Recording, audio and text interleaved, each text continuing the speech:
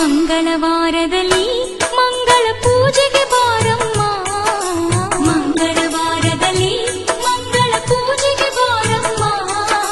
ಶುಕ್ರವಾರದ ಪೂಜೆಗೆ ಒಲಿದು ಶುಭವನ್ನು ನೀಡಮ್ಮ, ಶ್ರೀ ಚೌಡೇಶ್ವರಿಯಮ್ಮ.